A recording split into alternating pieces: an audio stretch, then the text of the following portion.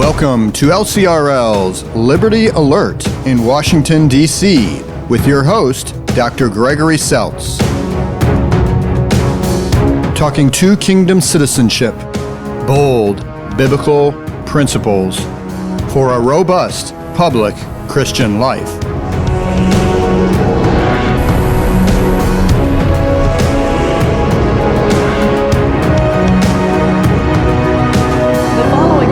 Sponsored by Evangelical Life Ministries. Welcome to Engaging Truth, the manifestation of God's Word in the lives of people around us. Join us each week as we explore the impact of His message of spiritual renewal. From the lesson of forgiveness forged in the crucible of divorce, to the message of salvation learned by an executioner from a condemned killer, to the gift of freedom found in the rescue of victims of human trafficking. This is God's truth in action. Welcome to another edition of Engaging Truth. I'm your host, the Reverend John Kane from Nacogdoches, Texas. Joining us today is a voice that many of our listeners have heard before. The Reverend Dr. Gregory Seltz is a speaker emeritus for the Lutheran Hour, the oldest and longest running Christian broadcast in America. He is now the executive director for the Lutheran Center for Religious Liberty. Welcome to the program, Greg. John, it's great to be here with you, as always. Well, talking with some of the members of Sunday school yesterday, there was a number of people who weren't familiar with your organization and what you do in Washington, D.C. So why don't we start there, bring us up to speed on your role and what your accomplishments are there. Well, again, it's very simple. Three things. We're here to advocate for our church because the church is in the crosshairs of politics and religious liberty like it's not been in our lifetime. There are folks who would love to silence the public voice of the church, especially its moral voice. And I hate to tell you this too, but eventually the gospel voice will be something that's frowned upon as well, because even to say something like Jesus is the only savior of the whole world, I've heard some politicians say that's bigoted. So you might, those kind of things are down the road. But advocating for religious liberty, the sanctity of life, and then, of course, marriage and educational freedom as religious liberty issues, that's what we do on the Hill. The second thing we do, and this is probably more important, is educating our church. And I'm getting a lot more responses from the church, to come and talk about, our unique voice, our two kingdom voice on the Hill. And so right now, actually, my weekends are actually filled all the way through October because people want to know, with all this threat to the church, how can we respond? And we're educating. It's called the Champions for Liberty lectures. And then the final thing is to actually encourage people on the Hill, getting to know people on the Hill, becoming a voice of support to people who are battling for these things on the Hill, and becoming a resource to them. So advocate, educate, and encourage. And that's what we do on the Hill. But Lutherans still are reticent as to whether or not we should be doing these kind of things. And maybe that's some of the reason why we don't share all the work that we're doing on the Hill as well, because we're thinking, should we be doing this or not? Well, I've heard people say you need to choose a hill, but what hill are you talking about? Well, when I talk about working in D.C., and I always tell people, we talk about the state's role in our life and the church's role in our life. We tend to call that church and state, or some people even apply that to two kingdoms, although two kingdoms is bigger than that. All we mean by two kingdoms is that God is at work. God is at work to preserve the world through things like the state or temporal vocations, but he saves the world through the unique work of Jesus, and that's the role of the church. Differentiating that is what's key. But our culture today actually thinks the church has less importance in the public realm, and that's kind of where the battle lines are drawn here in D.C. But again, I tell people, back in the day, Walter Meyer was even attacked by certain secular voices in our church, and they tried to take the Lutheran Hour off the air. And so I said, back in the 30s. No, well, I think it was in the early 40s, but late 30s, early 40s. And the sad part about it is, if we would have taken that role of, well, that's the state, that's their job, there would have been no Lutheran Hour. And again, Walter Meyer fought back with other evangelical leaders and said, this is a religious liberty issue and the state doesn't have a right to do this to us. Well, that's the kind of work we're doing now here in D.C. for the church. So when you talk about people on the Hill, you're talking about politicians and their staff? politicians, their staff. There's a lot of organizations on the Hill that are resources to the politicians and the staff. We work with all of those people, including the executive branch too, as much as we can. So when you disseminate information, well, we try to put, we got a Monday, Friday kind of rhythm. We put out a devotion that is designed to be kind of like public life. Here's something to think about. Friday, we have an opinion piece that comes out every Friday. And it's, again, how do we as Lutherans understand things differently than other people? It's called a two kingdom response to what's going on in the culture. And then on Wednesday, I do a Liberty Alert, which is on our Facebook page every Wednesday and on our YouTube page. So we're putting out information. Plus, we got mom and pop papers, which help tell people how we think through these things. And that's on our webpage, lcrlfreedom.org. And you can get all this stuff right there anytime you want. So you can sign up for emails? Yeah, the emails, you can go to our lcrlfreedom.org webpage and you can sign up for the emails and you'll get that devotion on Monday and that op-ed on Friday every week. And it's all there on the page. You'll also see our YouTube page, and you'll also see our Facebook page there on the home page. And you can kind of sign in every time you want to see those things too. Yeah, we try to figure out a way to disseminate all this information, and the best way to do it is just to kind of put it all in that one spot and then try to draw people to our website. So folks, please go to that website because it's all there. Talking about two kingdoms, whether it's left-hand kingdom is sometimes our shorthand for the things of politics and money and business, and then right-hand kingdom being the things spiritual and churchly. You talk a little bit about, on one of your recent videos, talking about our view of things with the courts, and you talked about highlighting how good it is to have a constitutional court, not a legislative court. Well, that's the American experiment. We talked about we're two kingdom people no matter what country we're in, okay? But we've been given blessings in this American culture that I think we don't want to give up. And one of them is our founding fathers believed in the dignity of man, but they also believed in the depravity of man. And so they set up a system that was designed to keep the government from gaining all the power in our lives. And so, you have the executive branch, the legislative branch, and the judicial branch, and each one of them had their role.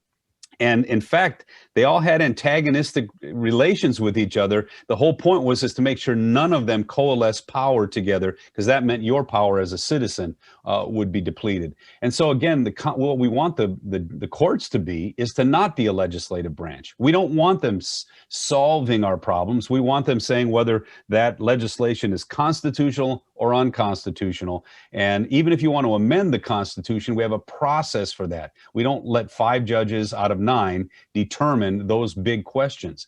And so again, that was to prevent the government from amassing power and, of course, making us subjects rather than citizens. And so again, we want a constitutional court, not a conservative or a liberal court, a constitutional court. When Thomas Jefferson responded to the Danbury Baptists who were afraid of government persecution because they were Baptists and not, say, Church of England, pointed out from the very earliest days just how important having the structure of good operation and good protection for the rights of all the people was intended. So that wall of separation between the state government and the church was intended to be not antagonistic, but mutually beneficial, wasn't it? Yeah, and I think I guess sometimes you have to ask the question, separation, are you talking about separation where you have 2 equal branches? Or are you talking about the founding fathers tended to put the state on the bottom? And so even if you want to talk about a separation, they thought that was a necessary but not significant. It was the free individual motivated by his faith and self-discipline who was on the top. And the separation of church and state, if you will, would have had the church up here and the state on the bottom.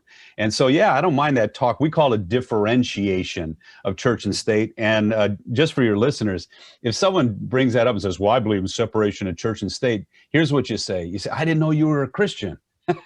Because it's a Christian worldview, right. Because Jesus said, give to Caesar what is Caesar, give to God what is God's. And so to have 2 significant organizations that have some authority over you, that's the biblical worldview.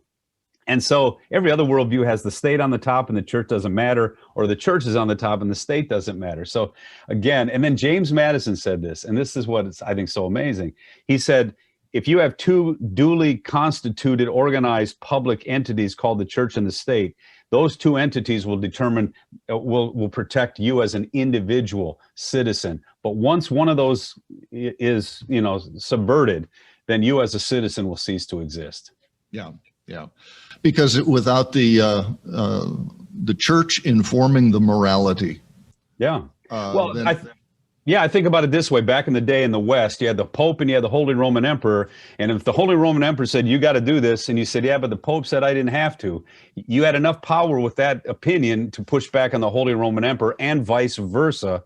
Right. And where those two people had to fight over you, that's where you as an individual citizen was born in history. Right.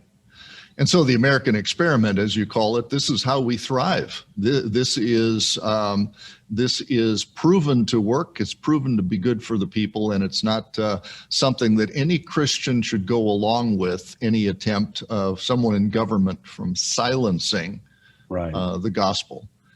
Well, and again, we have a role to play. Yes. Like I always say, science can do all kinds of things, but it doesn't have the moral capacity to know whether it should. Right. Government can do all kinds of things, but power corrupts, and it always corrupts absolutely. And the church has a role to play in being a moral voice as well as a gospel voice in the culture. I think what we're really struggling with today is we don't want to be that moral voice because it's contentious. But I think back, shouldn't we have said no to the Nazi doctors who were operating on people like guinea pigs to see if they could develop the master race? Shouldn't we have said no to Margaret Sanger when she talked about certain people as weeds who needed to be weeded out of the DNA? Of course we should. And those are examples of science without morality. Yeah, and those are examples where the church had a role to play, and I think we have still a role to play in the life debates. We have a role to play in the religious liberty debates, even the libertinism of our culture, which has caused all kinds of havoc in relationships and in children and in violence and all those things. We have a responsibility to be a cultural voice there, not just to be a voice that's known. Well, we're the gospel voice ultimately, but we even have a cultural role to play. Certainly. So when you talk about three themes, encouraging, educating, and advocating, why don't we go into encouraging a little bit? How do you functionally encourage Christians who are feeling that they don't have a voice? Well, the encouragement stuff, so let me just say it this way. The advocacy and the encouragement, that's focused to people here on the Hill. Okay. So I have a very specific role in the encouragement and the advocacy role. And in that regard, I'm looking to the politicians, their staff, all those folks, and I'm bringing our voice to them. And then for those who actually are trying to fight for us, I'm actually offering more of a pastoral connection to them. So we have these things called Two Kingdom Roundtables, where we gather people on the Hill together and we talk about these issues.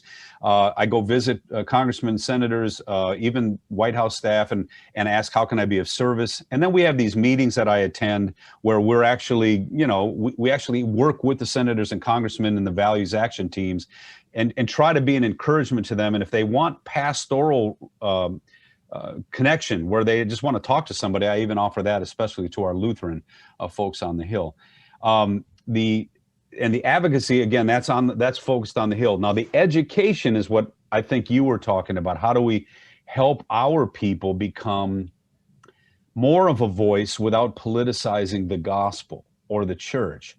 Now, that's something. If you go to our website, it's called a Champions for Liberty lecture. There, we come into a Champions for Liberty weekend at your church. I go 3 hours of this stuff. We talk about things, answer questions, and then if you want, we would offer you an opportunity to become a Champions for Liberty church. And we have a whole 1-year process to put the church through of reading, participating in cultural things, reflecting before we actually say, okay, now you're a certified Champion for Liberty church.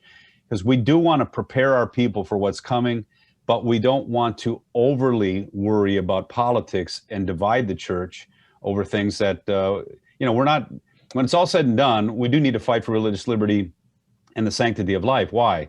So we can be the church in the public square, period. But we don't want to politicize the church. We don't want to do more than what we're called to do in the public square either. But right now, we're not doing enough. Right. So as we're coming up on the 4th of July, and I think this program is going to air first on the evening of Sunday, July 4th, Independence Day, talking about perhaps the second stanza, as we know it, of the Star-Spangled Banner, which answers the question from the first stanza, talking about where our strength lies, and that's with God. Right. That our identity as Christians living in this land is the source of our blessing. Before I forget, I wanted to touch base with you on support. Going to your website, I was interested to see that people can support you by texting money to you. I think that's the first time I've encountered somebody that will take a text from their phone. That cool. My webmaster folks must have done that, because I didn't even know that myself. But we do listen, we're in nobody's budget. We're not, we are purely, people around the country are supporting us, and that's why we're here. We do function as an agency of the church. So yes, we do speak for the church as a whole, but our resourcing, we're in nobody's budget. So if people are moved to give, we sure could use it. I don't know how many years it's been since we've had a person in your kind of position speaking for us there on Washington, D.C. So I think the work that you're doing is fabulous. It is so dramatically needed, and I think you're the right man for the job. So thanks. We do miss I don't know, radio. Well, I laugh about that a little bit, because to be honest with you, I love being the Lutheran Hour speaker. I love the work I did there.